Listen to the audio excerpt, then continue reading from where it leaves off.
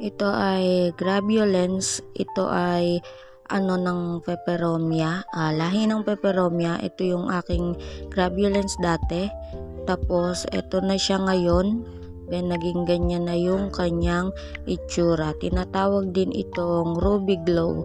Ayan, Ruby Glow na lang kasi mahirap bigkasin ang Graveolens. Ayan, itong Ruby Glow na to is ayan na siya ang itsura niya ngayon.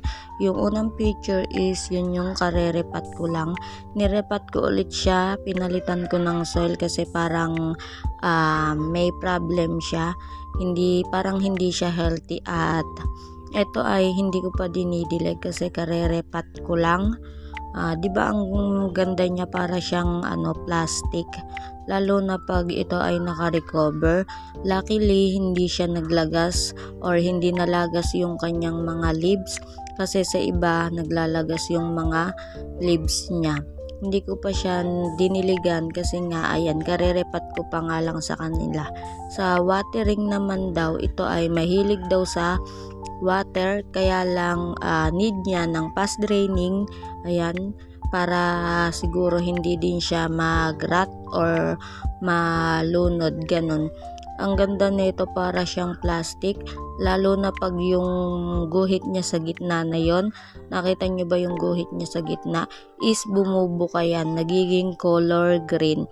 Ayan, lalo siyang gaganda. Yung ilalim niya is color red, tapos color green naman yung pinaka-ibabaw niya, tsaka bumubuka yan. Napakaganda nito, lalo na pag naka-recover na siya dito sa aking place. Niripat ko siya kasi hindi na nga siya, parang hindi siya healthy katulad ng bagong dating niya sa akin. Siguro nga ayaw niya sa soil na yon, kaya ayan, pinalitan ko siya ng soil. Hopefully maging okay na siya kasi napakaganda nito. Ang naman na to, ang flower niya is, papakita ko sa inyo kung ano yung flower niya. Ayan, ganyan lang yung flower niya, yung may bilog na yun. Pero ang bango-bango ng flower na to, super bango, para siyang pandan. Sa sunlight naman, ang gusto nila is morning sun. Ayan, parang mga succulent din ito, gusto nila ng morning sun. Nagkaroon ako ng peperomia dati, yung watermelon. Ayun, gandang-ganda ako doon, kaso nawala na. Ayan, ito is lahi din ng peperomia. Diba ang ganda-ganda, parang artificial or plastic ba? Lalo na siguro pag bumuka at naghumalo yung color green sa kanya. Ayan, super ganda nito. Yun lang ang maibibigay ko muna sa inyong care tips. Tapos yung soil nga, pag napansin nyo na nag-iiba or hindi na maganda yung kalagayan niya, is palitan nyo na ng soil. Ayan, ito is i-update ko ulit kayo once na maging okay na siya at naka-recover na sa soil na ito. Ayan, 'di ba ang ganda-ganda niya? Nung nilipat ko nga pala siya or niripat, nakita ko is wala pa siyang roots, wala din siyang new roots.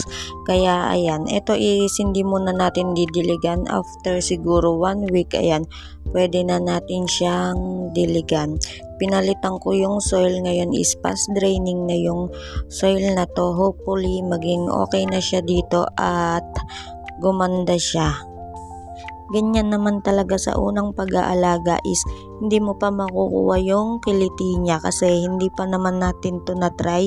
Ngayon pa lang natin na-try at hindi tayo perfect para makuha agad. Ayan, pero sa mga dumaan na experience natin is ayan, may makukuha tayo at makukuhang aral, at matututunan din natin sila kung paano alagaan at kung paano sila maka-recover dito sa ating place sa lowland.